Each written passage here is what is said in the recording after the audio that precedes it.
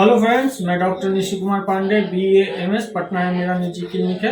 यदि आप लोग भी मुझसे मिलना चाहते हो या मुझसे संपर्क करना चाहते हो तो पटना में आकर मुझसे मिल सकते हैं, मुझसे संपर्क कर सकते हैं या दिए गए नंबर पर मुझसे बात कर सकते हैं। या फ्रेंड्स, आप लोग मुझसे कोई क्वेश्चन करना चाहते हो तो कमेंट बॉक्स में मुझसे कमेंट करके मुझसे क्वेश्चन पूछ सकते हैं।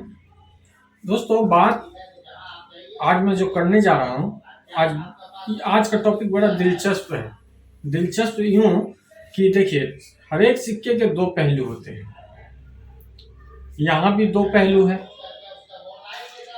कोई भी माता पिता अगर संतान उत्पन्न करते हैं, यानी बाप बनते हैं, माँ बनते हैं, तो कितना खुशी का बात रहता है उनके लिए, वो तो शायद वही समझ सकते हैं।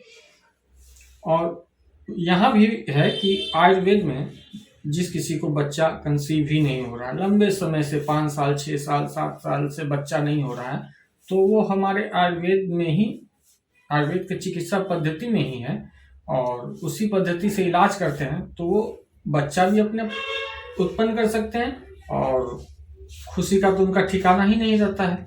तो कहने का मतलब यह है कि जो लोग मेरे पास IVF का सजेशन लेके आए थे, मतलब निराश हो गए थे, दुखी हो गए थे कि मेरा बच्चा हो ही नहीं रहा है। अब आप समझ सकते हैं, जो 7 साल से जिनका बच्चा नहीं हो रहा हो तो वो कितना उदास और निराश हो सकते हैं। तो मतलब कहने का मतलब कि वो बहुत निराश थे, IVF करने का सोच लिए थे। तो मैंने उनसे आयुर्वेद का इलाज करवाया और उन्होंने ही मुझे मिठाई का डब्बा और खुशी से कुछ तोहफा मुझे ला कर दिया। तो ये आयुर्वेद का एक पहलू है। इसीलिए मैंने कहा कि हर एक सिक्के के दो पहलू हैं। आज मैं इसी सब्जेक्ट पर बात करने आया था। तो ये हो गया एक पहलू। दूसरा पहलू है कि आयुर्वेद के प्रयोग में ऐसा भी है कि कोई भी स्त्री सदा सदा के लिए बांझ हो सकती है, बशर्ते इसका दुरुपयोग ना करें। मैं ये सिर्फ बता रहा हूँ ज्ञान के लिए, इसका प्रयोग नहीं करना है। मैं विनती करता हूँ, मैं बतला रहा हूँ कि इसका प्रयोग नहीं करना है। मैं सिर्फ ज्ञान वर्धन के लिए इस प्रयोग के बारे में बता रहा हूँ।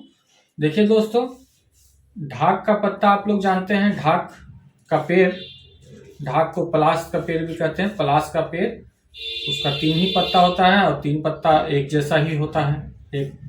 तो ढाक मतलब पलाश का पेड़, आप सिंपल समझे। तो ढाक का बीज अगर 3 दिन तक पानी में पीस कर कोई भी स्त्री खा ले तो वो परमानेंट बांझ हो सकती है, यानी इनफर्टिलिटी हो जाती है, बच्चा उत्पन्न नहीं कर सकती है। एक और उपाय है, कम से कम 6 ग्राम की मात्रा में, अगर बहुत पुराना गुड़ उसे कहा गया जो बहुत पुराना, बहुत जमाने से रखा गया हो, उस प्रकार के गुड़ को पुराना गुड़ कहा गया है। वैसे गुड़ का 6 ग्राम अगर 15 दिन तक नियमित रूप से सेवन कर ले तो वो भी पूरी जिंदगी के लिए बांझ हो जाती है।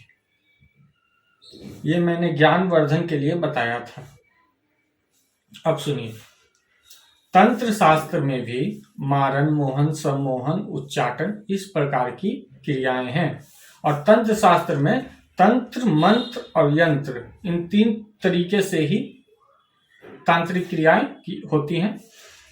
और तंत्र शास्त्र में यह भी है कि जब सूर्य ढल जाता है तभी तांत्रिक क्रिया संभव है। तो तांत्रिक क्रिया भी दुरुपयोग के लिए नहीं होना चाहिए, उसका भी सदुपयोग होना चाहिए। मैंने ये उदाहरण लिया हूं कि इसका आप दुरुपयोग ना करें, केवल ज्ञानवर्धन के लिए मैंने ये बात कहा है। और जिस प्रकार तंत्र शास्त्र में है कि किसी का भी अनिष्ट करने के लिए, किसी को भी बेवजह कष्ट देने के लिए तांत्रिक क्रिया ना किया जाए, मारन, मोहन, उच्चाटन नहीं किया जाना चाहिए। उसी प्रकार ये जो मैं बताया हूं वो सिर्फ ज्ञान के लिए है, इसका प्रयोग नहीं करना। दोस्तों, फिर मैं नए वीडियोस के लेकर हाजिर होऊंगा आपके पास। आज के लिए इतना ही। धन्यवाद दोस्तों।